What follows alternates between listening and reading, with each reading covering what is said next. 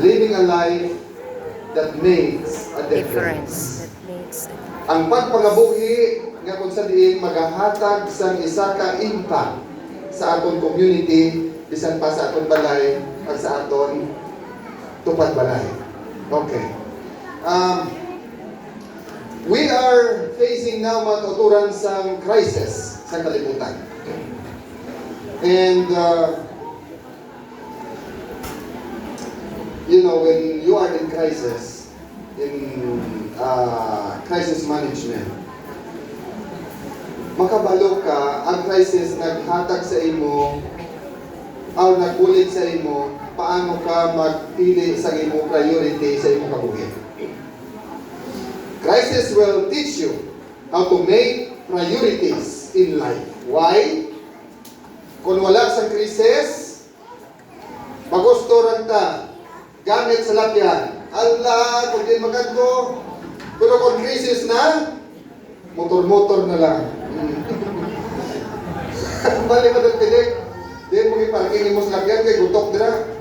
Bago, gamay lang akong parkingan, nagmotor lang ko yung Kung mag-crisis, bakit? Yung pwede na crisis, mag-abot na 200 ang gasolina, subong sobra na 100, right?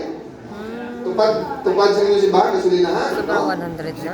Mag-abot na 200 o 300 ang gasolina, di natin magiging na ma-run down ang inyong prioridad na sa inyong kabuhi, kag bike na lang. Bike na lang taan. Kung maglawig pa rin ang krisis, kaya hindi si Trump hindi man mag-surrender, ang Iran hindi man mag-surrender, kabalo kita nga ang Biblia mga utod naghambal sa Daniel 2 kaya hindi maghiusa ang kalibutan. Bisan nila pa ka Trump ang maghira sa kalibutan, he cannot unite the world because Daniel 2 says they will not cleave to one another. That is a prophecy.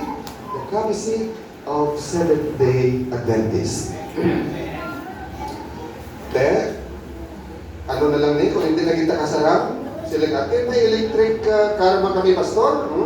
Kaya bakal kami ito yung check nga charge mo lang. Kung tanang yung tao, ka-charge na, ang kuryente naman ang makunta, lakad-lakad na lang. So, it means to say that priority ay crisis will teach you something. Magatudlo sa aton kung paano kita maghimo prioridad sa aton kabuhi. One thing more. Ano gid bala ang prioridad naton? Hindi pa nito piko ha? Traction lang din. Mga labay-labay lang din yung mga istorya. No? Sabi nyo kung ano gid prioridad nyo sa inyong kabuhi.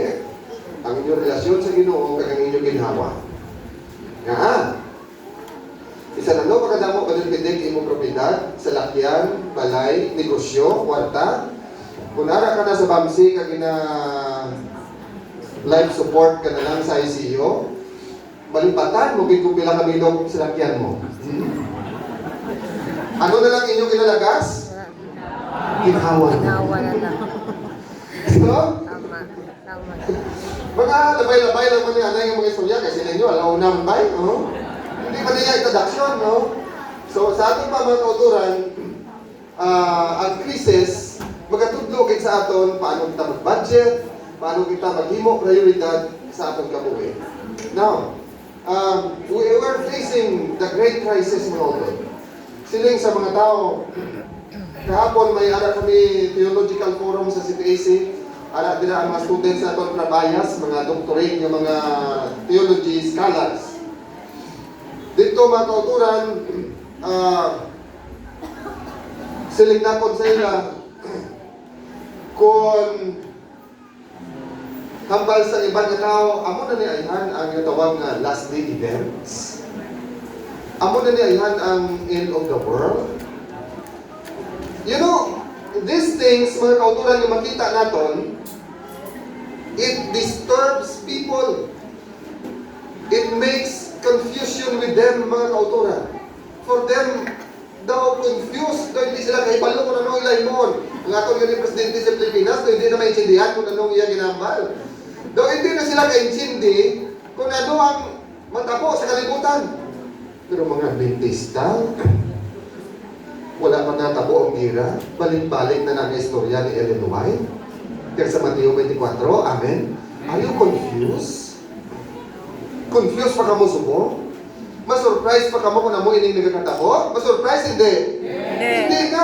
Kaysa ulo na sa mga Adventista. Amen? Amen. Amo na ang kinalain sa Adventista kaya sa iba. You know, si Lorena Aridere, nakibot ko kailangan yung kamustay ako. Tungkat balay ko ni si Sister Lorena, no? Classmates sa high school, Gaurana. Kaya ni sila ng pamilya ang nagdoktrina sa amon. Kaya magulang yan nga si Nong Milben Gaurana, amo ang nagdala sa akon sa sipak. Kaya hindi pa ako Adventista, Katoliko ako.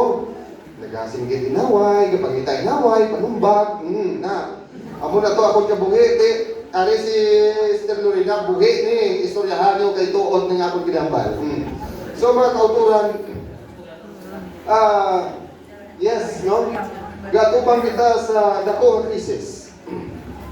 Pero mga utod, ang pinakit ka dako ng krisis nga ato natubangon, hindi lang ang pagira sa kalibutan, kundi ang krisis espirituhanon. Nga amo ini ang aton nga pag-discuss sa sininga adlaw sa inyo 47 nga anibersaryo. Paano kamo magkabuhi nga makahimo kamo sa impact sa atong community, sa atong palibot? Ano kani atong theme, ang GC theme naton, Pastor Godo? Grounded in the Bible and focus on the mission of the church. Ready? One way, ready, go! Grounded in the Bible and focus In on the mission. Amo na ang aton nga tema sa sining inkinyo mga kauturan sa sulod sa 5 naman katuig. Abangkot ko sa inyo. Sa nagkakatabo karon, ano ayhan ang what is more technologically advanced than TV, newspaper, Facebook, internet, or AI? Ano ayan ang pinaka-advanced pa nila sa ila? You said AI. No, sakto man. Pero hindi ko kumbinsido. Ano pa kayo? Pinaka-advanced nga technology sa kalibutan subong. Ano ayan? Internet. 2001. Gisulat na kung mga kauturan ako, kung doon ni kumabati ka mo, okay mo kung hindi man, no problem. What is more advanced, technologically advanced than TV, newspaper, internet is none other than The Bible. the Bible. Why? You read in your Bible, ano ba niya? Read it today and watch it unfold tomorrow.